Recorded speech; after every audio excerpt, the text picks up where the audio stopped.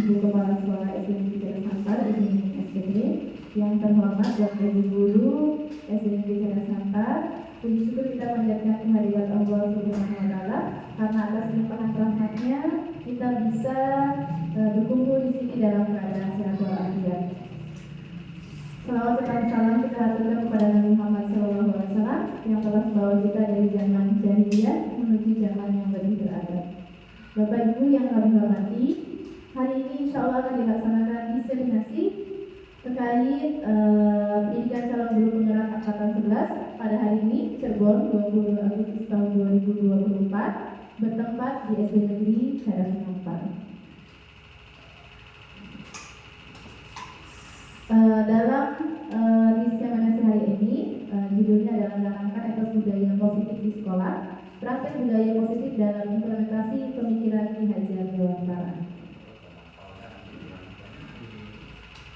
Nah, biasanya kalau dalam PMM itu ya, Assalamualaikum warahmatullahi wabarakatuh, salam dan bahagia, gitu ya. Ini saya coba masukkan di sini, gitu. Nah, di sini perkenalkan Pak Aceh Sunani sebagai pengajar praktik di angkatan 11, kemudian Pak Wawan Gunawan itu fasilitator BGB Jawa Barat, dan saya sendiri Rini saya selaku calon guru penggerak angkatan 11. Jadi Bapak Ibu, hari ini kita akan ada kegiatan. Yang pertama ada pembukaan, yang kedua ada sambutan kepala sekolah, yang ketiga penyampaian materi budaya positif, dan yang terakhir penutupan. Untuk memulai acara, mari kita sama-sama masuk ke dalam pembukaan dengan membaca basmalah. Bismillahirrahmanirrahim. Yang kedua adalah sambutan dari kepala sekolah kepada Ibu Nini SPDY. Kami persilahkan. Berdiri apa duduk nih? Terserah Ibu. Namanya. Budaya santai ya, santai tapi serius juga.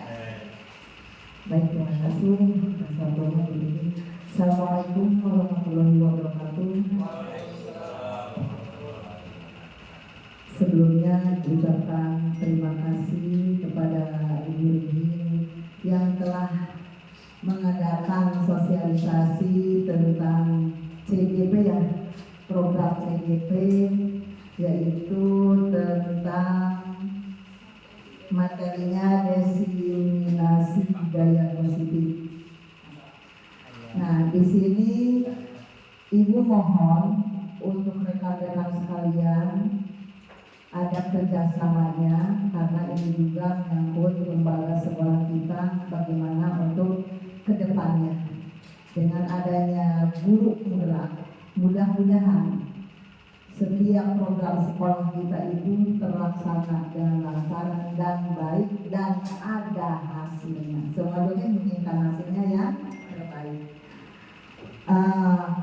Untuk itu, Ibu harapkan dalam pelaksanaannya kita harus ada kerjasama. Bukan saja tugasnya guru ini sebagai guru penggerak. Kalau kita digerakannya diam di tempat, bagaimana bisa bergerak? Ya, semuanya harus bergerak, bukan guru ini saja yang bergerak. Semuanya harus bergerak. Kerjasama yang kompak.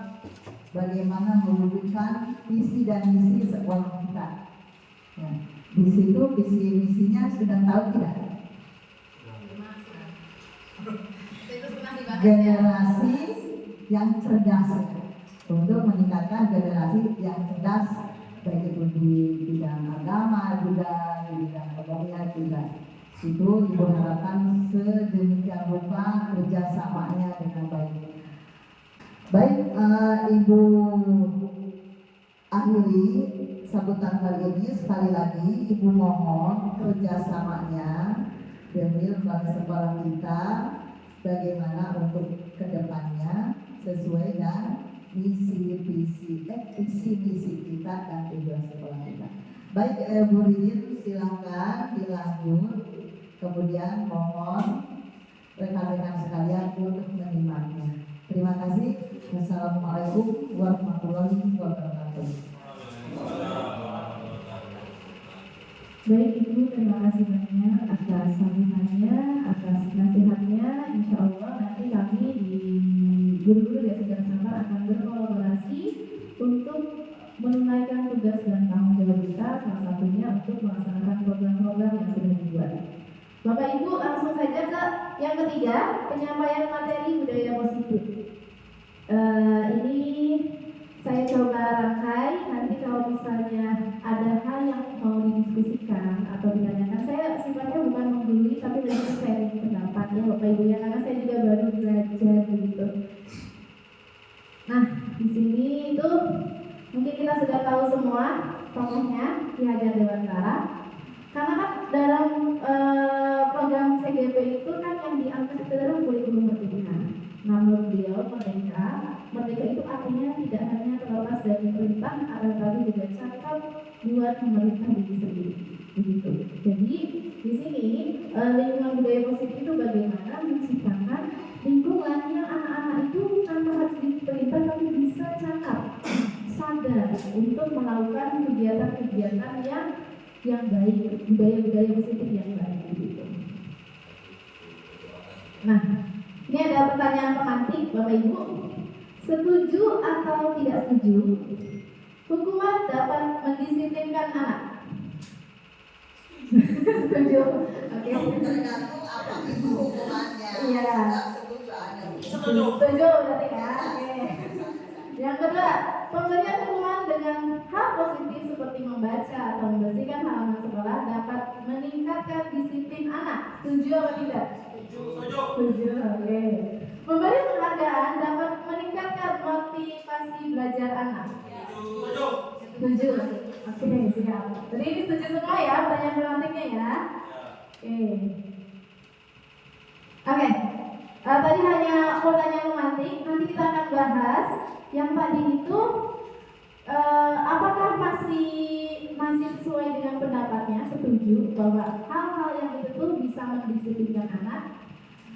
Dalam pembelajaran hari ini itu ada yang pertama yang akan kita bahas, perubahan paradigma belajar, disiplin positif, nilai-nilai kebajikan, kebutuhan dasar manusia, motivasi perilaku manusia, posisi kontrol guru, keyakinan kelas, dan segitiga restitusi.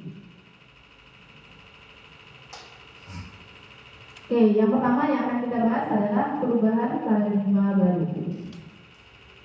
Pembelajaran dengan paradigma baru merupakan pembelajaran yang dirancang berdasarkan prinsip pembelajaran berdiferensiasi sehingga para peserta didik belajar sesuai dengan kebutuhannya berdasarkan tahap perkembangan sesuai teori psikologi modern untuk mewujudkan profil pelajar Pancasila. Ini kok ininya burung ya? Intinya yang beriman bertakwa gitu pada Tuhan Yang Maha Esa, bergotong royong, lima profil pelajar Pancasila. Oke, sekarang permainan dulu ya. Cobalah buka. Anda dan teman Anda akan melakukan kegiatan cobalah buka. Anda adalah A. Tugas Anda adalah mengepalkan salah satu tangan Anda.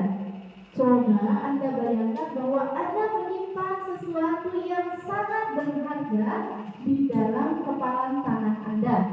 Anda perlu menjaga benda tersebut sekuat tenaga Anda karena begitu pentingnya untuk kehidupan Anda.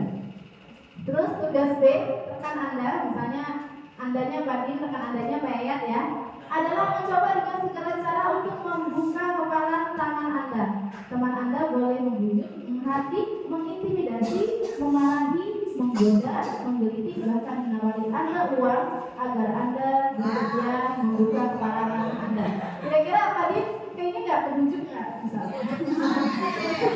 Kira-kira. Ya, gimana caranya Badin mempertahankan itu ya? Apakah terbujuk atau tidak gitu?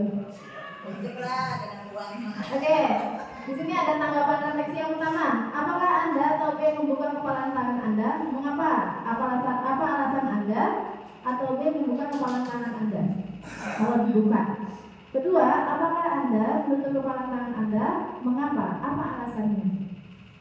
Kalau ditutup terus apa alasannya? Yang ketiga, dalam kegiatan ini sesungguhnya siapa yang memegang kendali atau kontrol yang membuka atau menutup kepalan tangan? Siapa? Oke. Ya, di sini kemungkinan jawaban kita terhadap ini? Pertanyaan-pertanyaan yang pertama dan kedua berisi antara bersedia membuka dan yang tetap berusaha menutup kepalan tangannya. Yang ketiga, siapakah yang sebenarnya melakukan kontrol, yang menutup kepalan tangan atau yang berusaha dengan segenap cara membuka kepalan tangan rekannya? Jawabannya tentu diri kita sendiri yang memegang kontrol atas kepalan tangan. Oke, di sini jadi gini, kadang kita sebagai guru tuh suka apa ya? Suka ingin mengontrol murid. Ini murid ini kok nggak mau diem di kelas gitu ya? Kenapa sih nggak mau diem gitu kan? Nah, ini ada visualisasi tentang teori kontrol. Menurut Dr. William Glasser bahwasanya guru itu merupakan sebuah ilusi kalau untuk mengontrol murid. Karena sebenarnya guru tidak bisa mengontrol murid. Yang kedua, ilusi bahwa kritik dan membuat merasa bersalah mampu menguatkan karakter. Misal ya, anak tuh jelalatan aja di kelas. Kita bilang ke anaknya, kamu gak kasihan sama ibu. Itu anak bukan berarti malah diem, tapi malah kayak nggak mau diem kan. Malah jadi ini. Yang kedua, ilusi bahwa sebuah pengawasan positif efektif dan bermanfaat. Yang terakhir, ilusi bahwa orang dewasa berhak memaksa. Jadi orang dewasa tidak berhak untuk memaksa. Jadi ini tuh lebih kiblatnya adalah kurikulum merdeka tuh bagaimana anak itu bisa dengan sendirinya belajar gitu. Nah, mengubah paradigma stimulus respon ke pendekatan teori kontrol. Realitas untuk stimulus respon misalnya kita sama tapi teori kontrol itu kita berbeda. Kemudian untuk stimulus respon semua orang melihat yang sama. Teori kontrol itu setiap orang memiliki gambaran yang berbeda. Lalu misalnya untuk stimulus respon kita mencoba mengubah orang agar pandangan sama dengan kita. Teori kontrol itu juga kita berusaha memahami pandangan orang lain tentang dunia. Perilaku buruk tidak sebagai suatu kesalahan, tapi untuk teori kontrol semua perilaku memiliki tujuan. Untuk stimulus respon saya bisa mengontrol orang lain, tapi untuk di teori kontrol Anda tidak bisa mengontrol orang lain.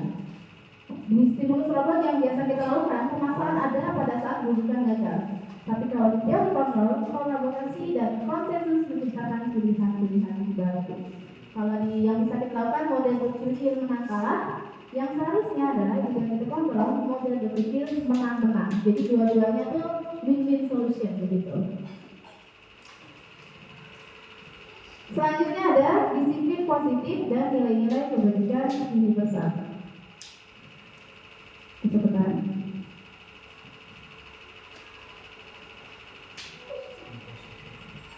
Oke, apa makna disiplin?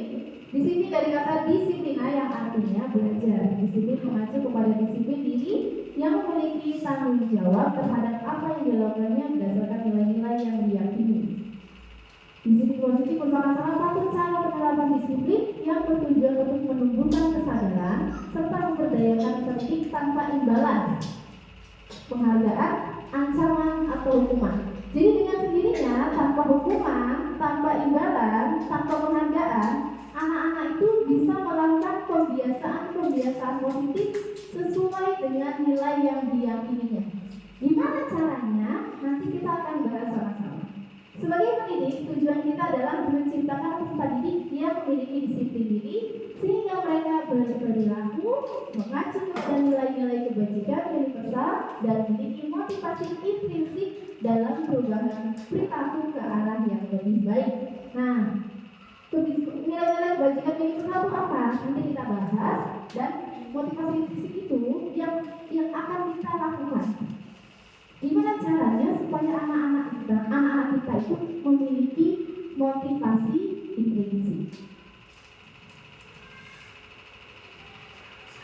Nilai-nilai kebajikan itu nilai-nilai apa? Nilai-nilai yang disepakati bersama, lepas dari suku bangsa, agama, bahasa maupun latar belakangnya. Contoh nilai kebajikan itu kayak seperti yang ada di profil pelajar Pancasila. Ini saya ngambil dari modul yang saya pelajari, kemudian dari Multimedia Program PYP, toleransi, rasa hormat, integritas itu nilai-nilai kebajikan. Kemudian ada juga keterampilan hidup, dapat percaya, lurus hati, kerendahan hati, tidak merendahkan orang lain, dan memberikan yang terbaik dari diri. Nilai-nilai kebajikan adalah sifat-sifat positif manusia yang merupakan tujuan mulia yang ingin dicapai setiap individu. Jadi fitrahnya manusia kan selalu mengarah kepada kebaikan. Nah, nilai kebajikan itu dari situ.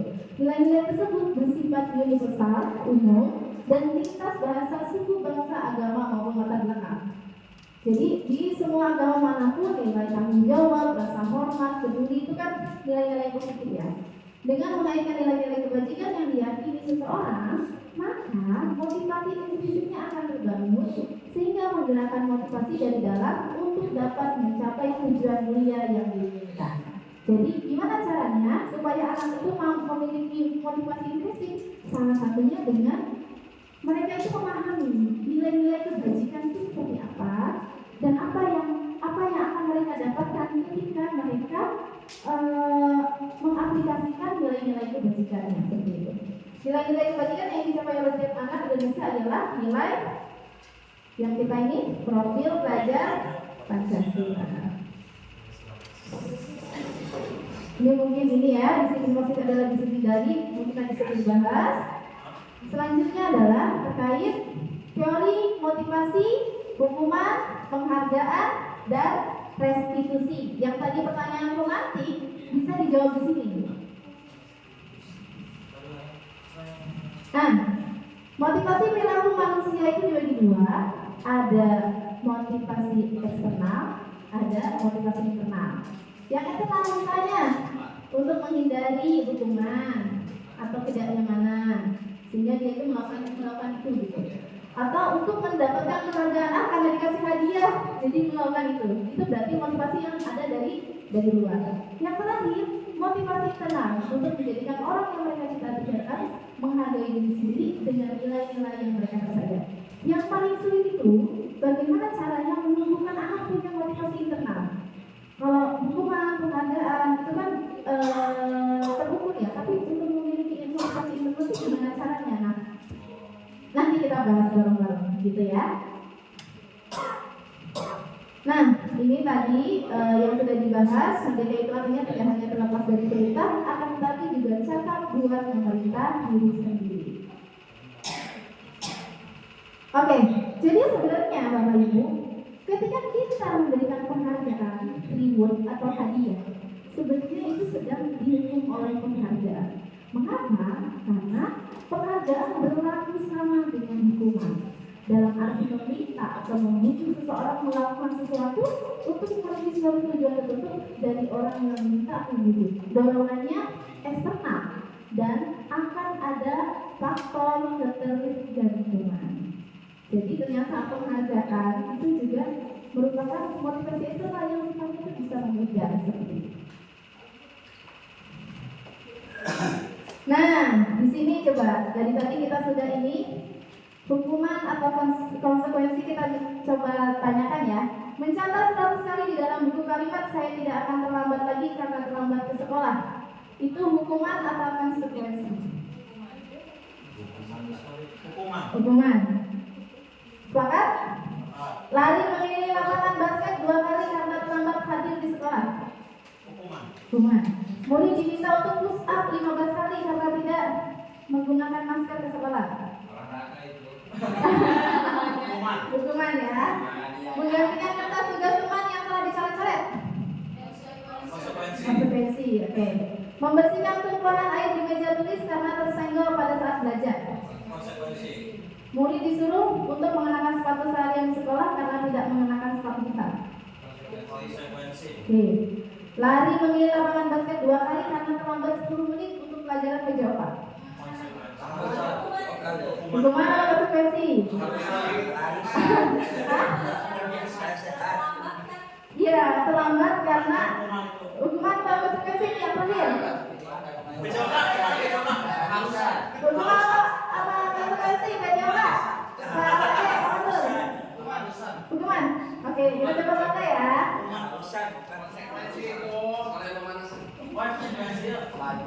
Jadi gimana jawabannya? Konsekuensi ya, karena kan dia terlambat, konsekuensinya dia harus lari gitu. Karena itu pelajaran olahraga. Boleh Pak. Nah,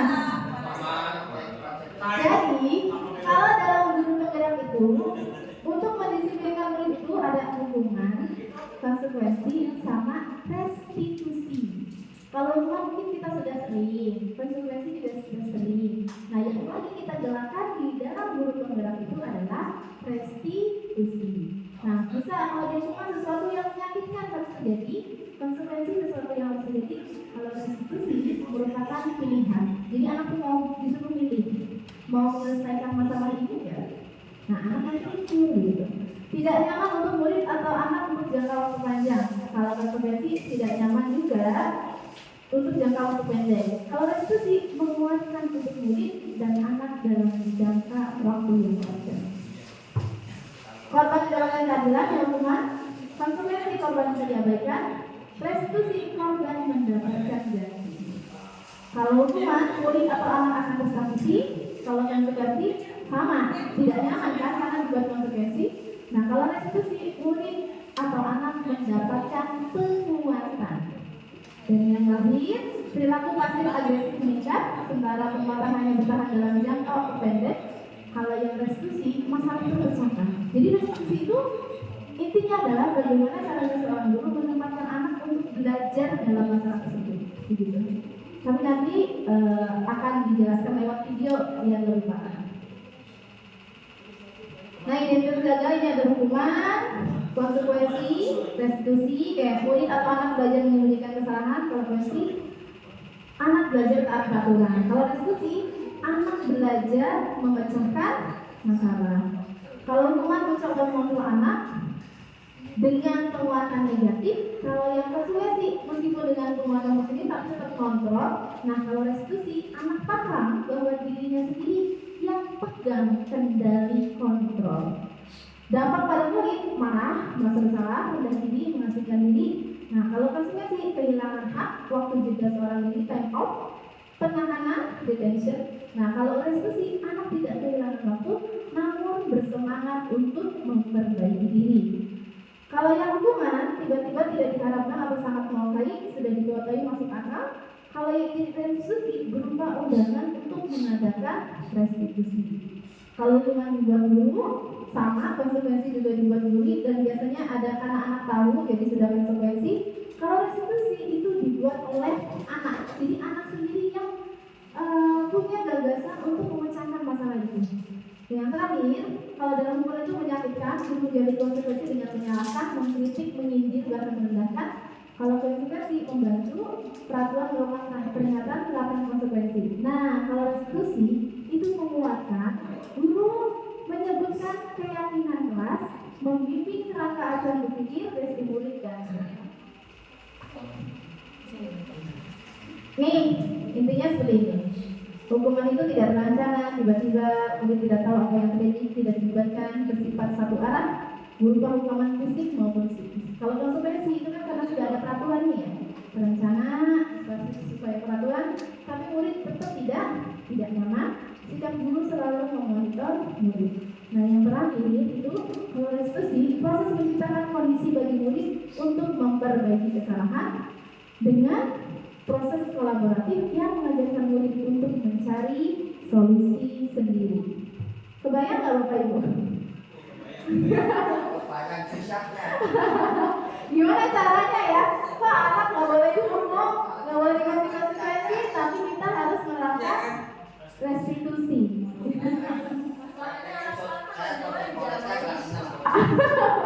Ya. Iya. Konsep pilotnya kelas 6 dulu yang sudah ada. Nanti kalau begitu caranya kita menghukum mengatasnamakan konsekuensi. Oke, Bapak Ibu, dalam guru penggerak itu ada yang namanya teori keyakinan kelas, 5 posisi kontrol guru, dan segitiga restitusi, yaitu penerapan yang tadi, perbedaan hukuman, konsekuensi, restitusi. Jadi adanya di penerapan segitiga restitusi.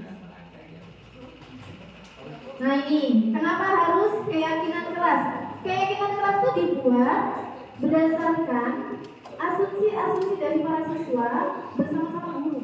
Jadi peraturan itu dibuat atas kesepakatan bersama di kelas dan berkomitmen untuk menjalankannya, itu keyakinan kelas. Nah, kenapa harus keyakinan kelas? Karena untuk mendukung motivasi intrinsik, kita sebagai guru menuntut siswa untuk kembali kepada nilai-nilai atau keyakinan-keyakinan lebih menggerakkan seseorang dibandingkan mengikuti serangkaian peraturan-peraturan. Kenapa lebih bisa menggerakkan? Karena keyakinan kelas ini dibuat di kelas, kolaborasi antara murid dan gurunya. Kira-kira nilai kebijakan-kebijakan atau nilai kebajikan-kebajikan apa yang ada di kelas yang harus disepakati oleh semuanya. Gitu. Jadi kenapa kembali ke keyakinan kelas? Nah, dalam lingkungan budaya positif itu akan menciptakan lingkungan positif di mana itu didukung oleh keyakinan kelas. Di dalam keyakinan kelas tentunya ada peraturan kelas. Ini bisa keyakinan kelas atau keyakinan sekolah yang berbeda. Nah, yang mana merupakan keyakinan kelas? Yang sebelah sini atau sebelah sini?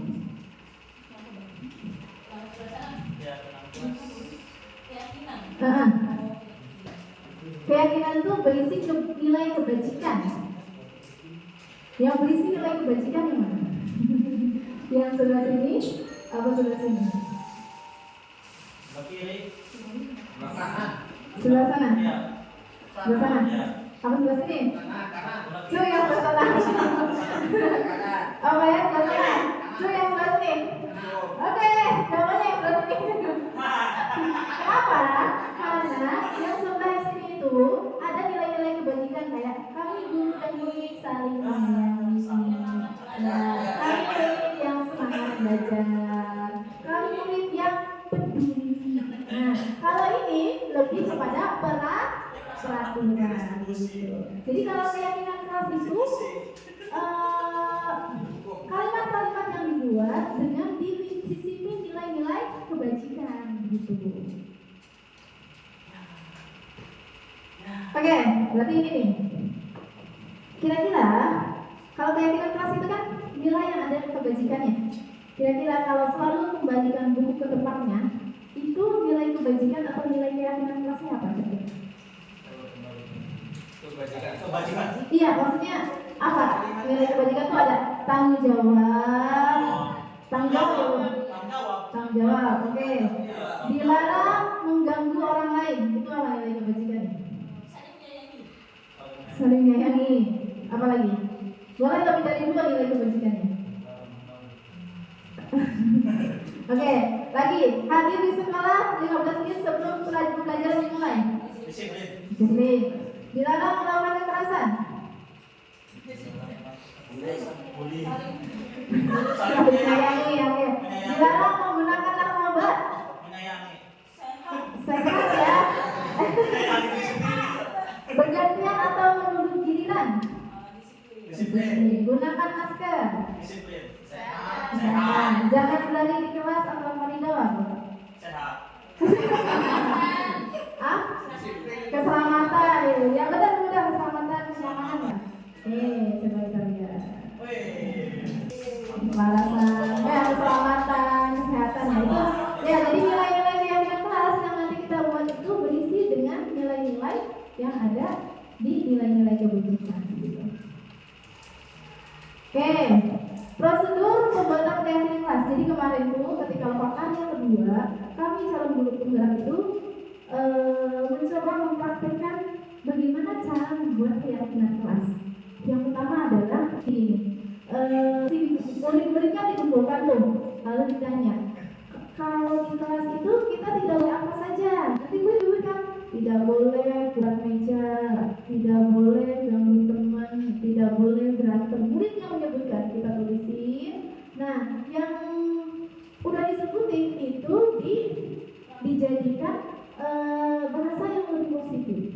Ketika sudah dijadikan bahasa yang positif, misalnya kan dilarang buang sampah sembarang, maka dijadikan bahasa yang positif, buanglah sampah tempatnya. Nah, terus kemudian dicari juga kalau kita kira-kira nilai kebersihannya apa ya, nah kalau buanglah sampah pada tempatnya, gitu. Kita kebersihan tuh dan lain sebagainya. Nah, itu kita menggali itu anak-anak tahu, oh itu nilai-nilainya. Oh itu yang nilai-nilai yang kita sepakati dan di situ kita buat komitmen. Nah ini nilai-nilai yang kita sepakati, mari kita laksanakan di kelas kita. Meskipun dalam rantainya pasti bingung ya namanya, apalagi saya anak kelas 1, masih pada bingung ya. Tapi di sini ada prosedur pembuatan keyakinan kelas, kayak mempersiapkan warga sekolah atau murid untuk mencurahkan ide tentang peraturan yang akan disepakati, mencatat semua masukan, ganti kalimat negatif menjadi positif, tinjau kembali curahan pendapat yang terkumpul dan susun menjadi keyakinan kelas atau sekolah, tinjau ulang keyakinan kelas yang disusun, kemudian meninjau dan menyetujui dengan mendatangkannya keyakinan kelas ditempel di dinding kelas.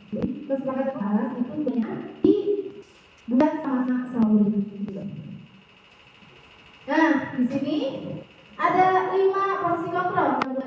Yang pertama, guru sebagai penghukum. Yang kedua, guru sebagai pembuat merasa bersalah. Yang ketiga, sebagai teman. Yang keempat, sebagai pemantau. Kira-kira menurut Bapak Ibu, posisi ideal, posisi kontrol seorang guru harus seperti apa?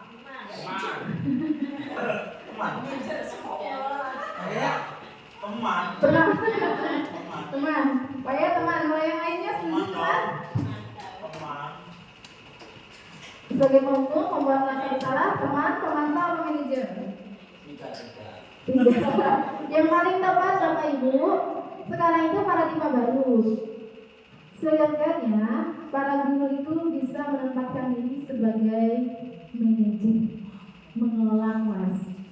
Bagaimana penyelesaian masalah-masalah murid yang ada di kelas.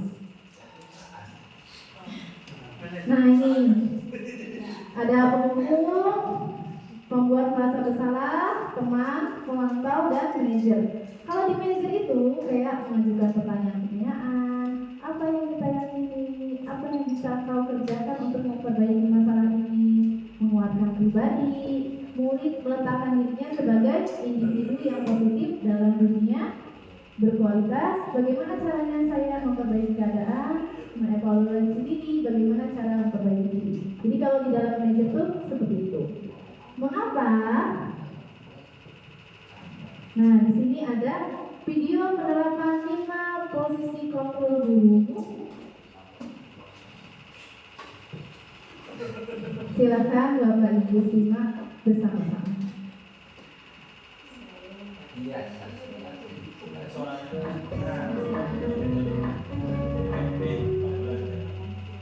Salam bahagia ini dari Bapak Guru hebat. Dalam penerapan disiplin positif restitusi, salah satu program yang dikembangkan adalah 5 posisi kontrol. 5 posisi kontrol dalam restitusi adalah proses perjalanan seorang pendidik agar dapat mengenali diri. Pada video kali ini, kita akan membahas tentang 5 posisi kontrol yang dikembangkan oleh Brian Goff dengan contoh penerapan itu. 5 posisi kontrol itu adalah 1. Posisi penghukum, 2. Posisi pembuat merasa bersalah, 3. Posisi teman, 4. Posisi pemantau atau monitor, dan 5. Posisi manajer.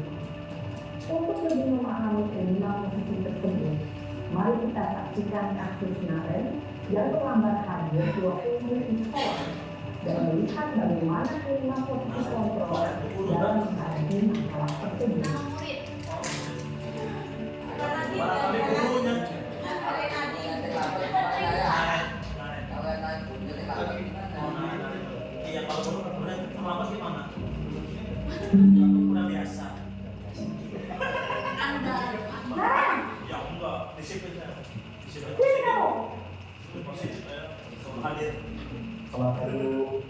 Selalu terlambat. Pasti terlambat. Mampu saya Alasan kamu lagi. Kapan sih aku tidak terlambat? Malah sekalian menjadi anak. saya Jangan kapok sih kamu. Sudah berapa kali terlambat? Sana, kamu keliling lapangan basket 2 kali. kenapa saya harus ke lapangan basket, Bu? Kenapa? Kamu seorang ibu. Berani-beraninya jawab. Sudah terlambat, masih berani jawab pula.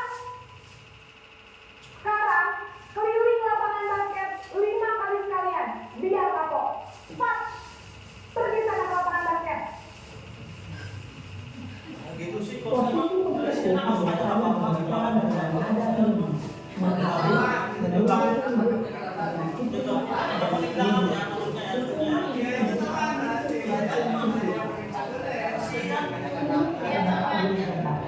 dampak yang terjadi pada murid ketika guru berada pada posisi penghukum adalah murid akan memberontak, bahkan menyimpan dendam.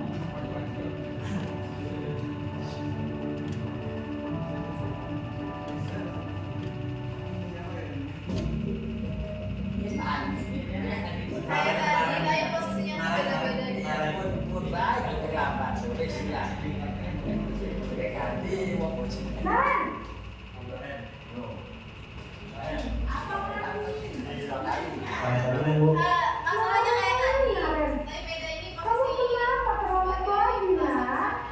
Ya Tuhan, Karen. Kamu senang ya dijemput susah ya? Oh iya, Kalau kamu terlambat lagi, nanti ibu yang ditegur bapak kepala sekolah, nak. Disangka ibu tidak bisa membina kamu. Duh, gimana ini? Maaf Bu, Duh, Gusti Naren. Kamu suka ya kalau ibu ditegur bapak kepala sekolah? Terus, sekarang ibu harus tulis apa yang di buku absen? Ini kamu sudah sering terlambat loh. Ibu harus apa coba? maaf Bu, maaf sekali. Ya sudah, lain kali jangan bikin ibu susah lagi anak ya. Ibu tidak akan kuat lagi kalau kamu begini terus. Bisa jantungan kalau ibu ditegur bapak kepala sekolah. Karena cepat kelas. Maaf ya Bu, maaf sekali. Posisi pembuat rasa bersalah berbicara dengan nada tenang, cenderung lembut. Namun kata-kata yang diutarakan membuat murid merasa menjadi orang yang gagal, memandang buruk dirinya sendiri, merasa tidak berharga, dan tidak sanggup membahagiakan orang lain. Ketika guru mengambil posisi pembuat rasa bersalah, murid akan menganggap dirinya yang bersalah dan ia akan menyimpan emosi negatif tersebut di dalam dirinya.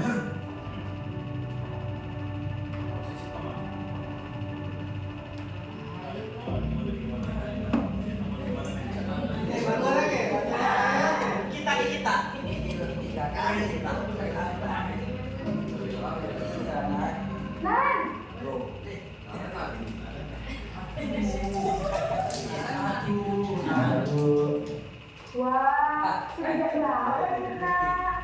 Selamat lagi ya sayang. Tadi saya lumayan Bu. Kamu malah menyalahkan ibu kamu. Kamu bukannya anak yang larinya paling kencang. Kok terlambat sih? Iya Bu, saya memang terlambat bangun tadi. Jadi biar bisa kenyang tetap gak pinjam Bu. Ya sudah sana, nanti lain kali larinya lebih kencang lagi ya, biar gak terlambat lagi.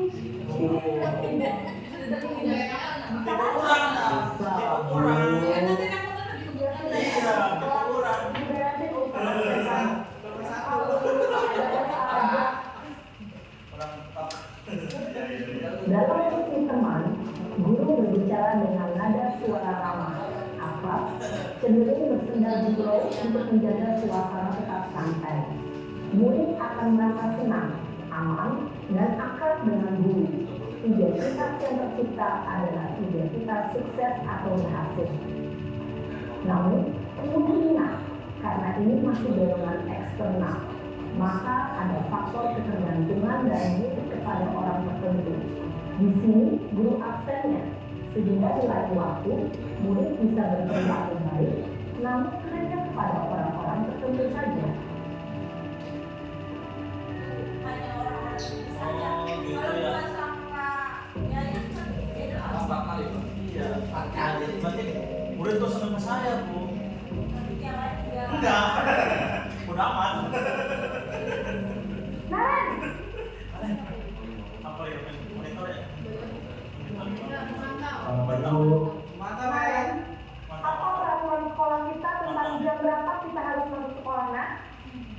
Kita harus di sekolah jam 7, Bu. Iya betul, sekarang sudah jam 7.20. Kalian sudah tahu konsekuensinya jika terlambat hadir. Paham, Bu. Saya harus tinggal kelas pas jam istirahat selama 20 menit. Iya benar, konsekuensinya demikian. Jadi nanti jam 9.30 pas istirahat, kamu harus tinggal di kelas, kerjakan tugas tambahan untuk ketertinggalan kamu, ya. Baik, Bu. Posisi pemantau menggunakan penghitungan atau data untuk memonitor murid. Guru mengarahkan murid berdasarkan peraturan dan konsekuensi. Seorang pemantau menunjukkan data individu, wajah dan seluruh formal. Itu takut piket. Terima kasih. Majunya tambahin.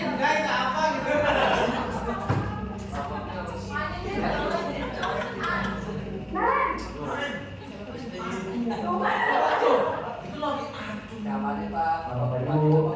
Selamat pagi, Naren. Maaf, Bu. Saya terlambat. Iya, sekolah masuknya jam 7, sekarang sudah jam 7.20. Jadi sekarang bagaimana ini, Naren? Maaf, Bu. Saya lupa soal saya semalam. Baiklah, menurut kamu, keyakinan sekolah yang mana yang perlu kamu tingkatkan? Menghargai diri sendiri dan orang lain mungkin, ya, Bu. Setuju. Jadi, apakah Naren yakin prinsip saling menghormati tersebut? Iya, Bu. Saya meyakininya. Apakah Naren bersedia memperbaiki masalah keterlambatan ini? Bersedia, Bu. Bagaimana kamu akan perbaiki masalah keterlambatan ini? Saya akan coba untuk tidak lupa mengenal alam saya, Bu. Baik, kalau Naren berbicara lagi di rumah, ada orang yang kira-kira bisa bantu mengingatkan tidak? Ada, Bu. Kakak saya, Kak Emma. Ada lagi selain Kak Emma? Selain Kak Emma, ada ibu saya. Baik, jadi yang mengingatkan Naren adalah Kak Emma dan ibu kamu ya? Kira-kira akan mulai teralami kapan, Naren? Setelah pulang sekolah, akan segera saya lakukan. Baik, jadi Naren akan setel alarm untuk bangun besok pagi dan akan diingatkan oleh kakak dan ibu dan Naren ya. Ada lagi yang mungkin perlu dilakukan, Naren? Agar tidak terlambat bangun lagi. Tidak ada, Bu. Baik, Naren. Terima kasih untuk kerjasama kamu. Sekarang kamu perlu kembali ke kelas untuk belajar. Baik, Bu. Terima kasih. Posisi manajer adalah posisi kontrol yang disarankan untuk membimbing murid memiliki sikap disiplin yang positif, yaitu murid yang mandiri, bertanggung jawab, dan dapat menyelesaikan masalah. Tujuan dari posisi ini adalah agar murid dapat berefleksi atas tindakannya. Guru akan dengan tulus memberikan pertanyaan-pertanyaan bermakna, sehingga membuat murid dapat belajar dari kesalahannya dan bisa membuat solusi untuk menyelesaikannya. Ibu dan bapak guru hebat, setelah mengamati adegan kelima posisi kontrol tadi, kira-kira posisi mana yang paling ideal? Posisi mana yang dapat menunjang motivasi intrinsik murid? Ya, tentu posisi manajer. Posisi ini memang posisi ideal yang ingin dituju setiap pendidik. Pada posisi inilah, guru dapat menerapkan disiplin positif yang berpihak pada murid, yang memerdekakan murid. Perjalanan seorang pendidik tentunya tidak mudah untuk sampai pada posisi seorang manajer. Namun, tujuan kita pasti, yaitu menciptakan murid-murid yang mandiri, merdeka, dan bertanggung jawab. Semoga penggambaran 5 posisi kontrol yang telah diperlihatkan ini dapat menjadi ajang refleksi bagi kita semua, agar dapat terus mengasah dan menerapkan disiplin positif yang memerdekakan murid. Mari terus berlatih dan bersemangat. Selamat menerapkan. Salam dan bahagia, Ibu dan Bapak Guru hebat. Oke, baik. Itu ya Bapak Ibu ya. Terkait 5 posisi kontrol. Kalau kontrol klien, murid teman for manajer ya. Hukum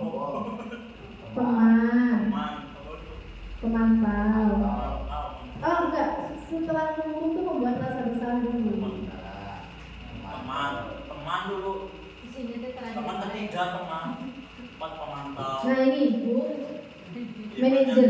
Jadi ya tadi kan kesimpulannya manajer ya. Posisi kontrol yang harus dimiliki seorang guru adalah posisi manajer. Kenapa? Karena guru berbuat sesuatu bersama murid, mempersilahkan murid mempertanggungjawabkan perilakunya dan mendukung murid agar dapat menemukan solusi atas permasalahannya sendiri. Posisi manajer mengacu pada restitusi yang dapat menjadikan murid sebagai manajer bagi dirinya sendiri sehingga tercipta identitas positif atau berhasil pada diri murid. Nah, ini dia segitiga restitusi dalam penyelesaian masalah. Di dalam 5 posisi kontrol itu kan kita sebagai manajer itu sebenarnya ada beberapa kaitan terkait segitiga restitusi di dalam manajer itu. Yang pertama ada menstabilkan identitas, yang kedua ada validasi tindakan yang salah, yang ketiga menanyakan keyakinan. Jadi kayak tadi misalnya apa yang bisa kamu lakukan, terus keyakinan apa yang kamu langgar itu. Jadi anak tuh diajak merefleksikan. Jujur saja dalam program guru penggerak itu kita lebih banyak merefleksikan sebenarnya kita sudah belajar apa saja, sudah berbuat apa saja di kelas dan apa yang bisa kita lakukan. Jadi lebih banyaknya seperti itu. Nah kepada murid juga sama, kita harus bisa agar murid itu merefleksikan terkait kesalahannya dan mau belajar dari kesalahannya tersebut. Tujuannya adalah menciptakan murid yang mandiri dan bertanggung jawab. Nah, di sini ada video penerapan restitusi dalam penyelesaian masalah. Saya kembali lagi, nanti mungkin cuma satu kasus aja, biar tidak terlalu lama waktunya. Nah, ini beda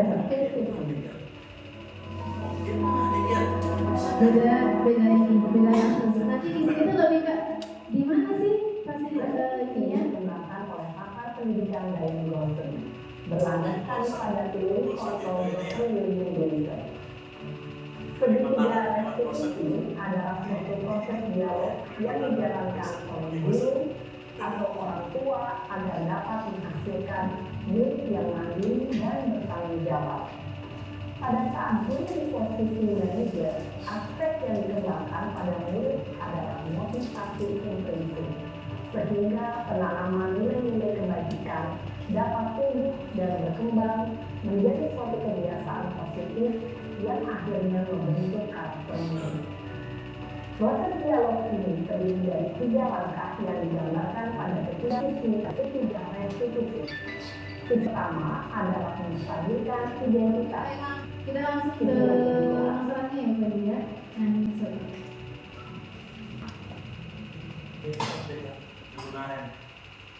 Narin. Iya, cara. Sudah lama ya kamu bicara.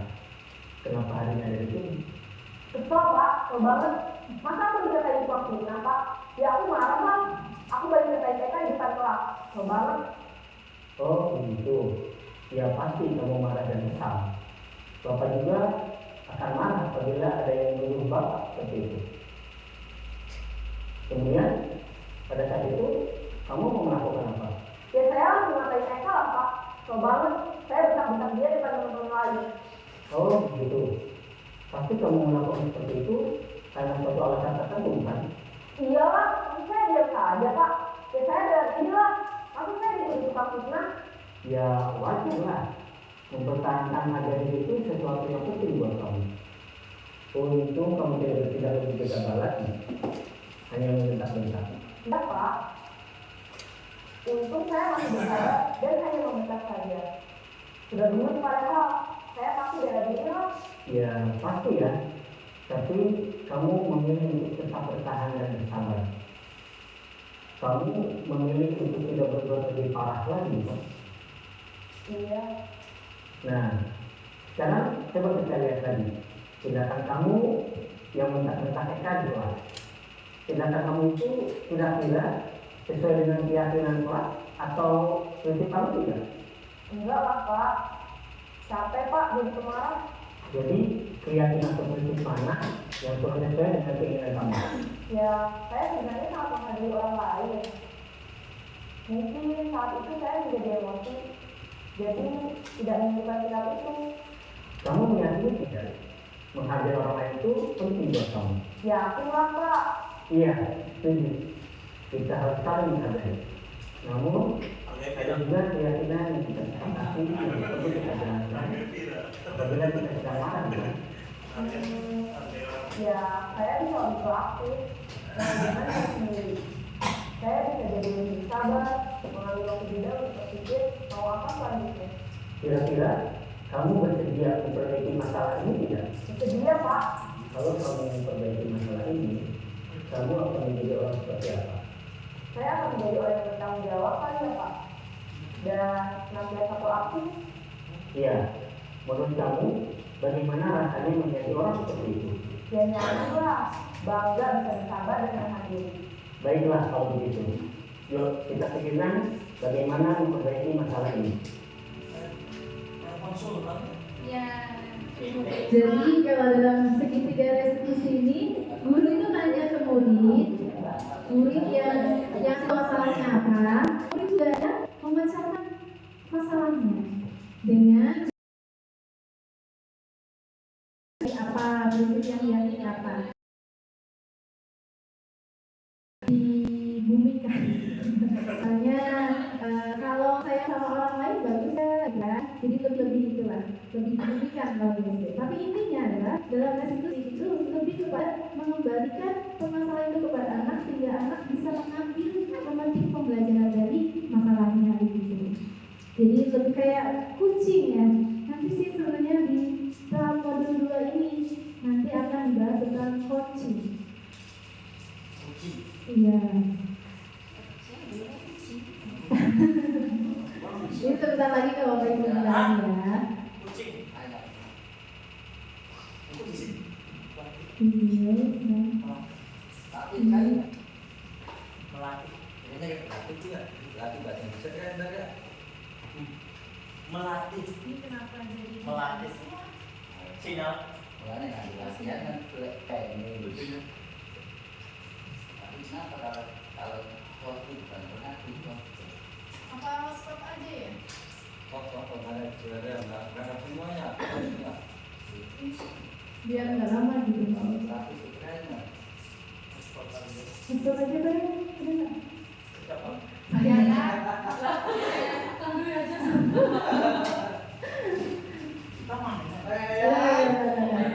Sebagai manajer, ya kenapa Anda membeli kuota? Itu ada Oh, itu ada. kebutuhan dasar manusia dan dunia berkualitas. Jadi Bapak Ibu dalam materi modul 1.4 terkait budaya positif, supaya anak itu bisa berada dalam lingkungan yang budaya positif, kita juga harus mengetahui kebutuhan dasar manusia dan dunia berkualitas itu seperti apa. Ini sesi terakhir yang akan saya jelaskan. Nah, kebutuhan dasar manusia adalah segala sesuatu. Udah saya udah lancar kok.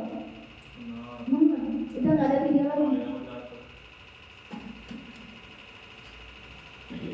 Oke. Kebutuhan dasar manusia adalah segala sesuatu yang kita lakukan untuk mendapatkan apa yang kita inginkan. Seluruh kegiatan yang kita lakukan memiliki tujuan tertentu dan semua usaha terbaik yang kita lakukan adalah dalam rangka agar kebutuhan dasar kita terpenuhi dengan baik. Apa aja kebutuhan dasar manusia? Yang pertama adalah bertahan hidup, kasih sayang dan rasa diterima, penguasaan, kesenangan dan kebebasan. Kalau semuanya ini itu bisa terpenuhi, maka insya Allah anak-anak kita akan bisa mengikuti semua program yang kita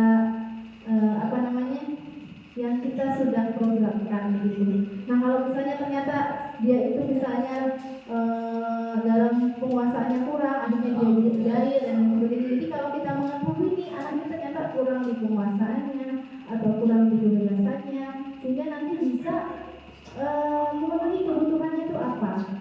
Tapi yang bertahan itu barangkali di rumahnya lapar ya, belum makan di sekolahnya marah-marah, nah itu yang jadi permasalahan juga gitu. Ada masalah, marahnya di sekolah. Boleh, jangan ya Teh ya.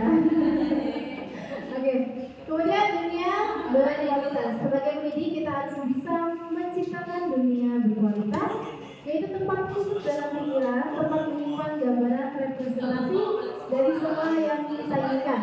Bisa berisi orang-orang, hal-hal, dan apa saja yang terbaik dalam hidup dan membuat kita merasa bahagia dan terpenuhi kebutuhan dasarnya. Murid kita juga mempunyai gambaran dunia yang berkualitas. Tentu saja sebagai guru kita ingin mereka memasukkan hal-hal yang bermakna dan nilai kebajikan yang hakiki ke dalam dunia berkualitasnya. Mari kita sama-sama memberikan dunia yang berkualitas dengan menanamkan nilai-nilai kebajikan, nilai-nilai positif yang ada pada umat manusia. Nah, ini penutupnya.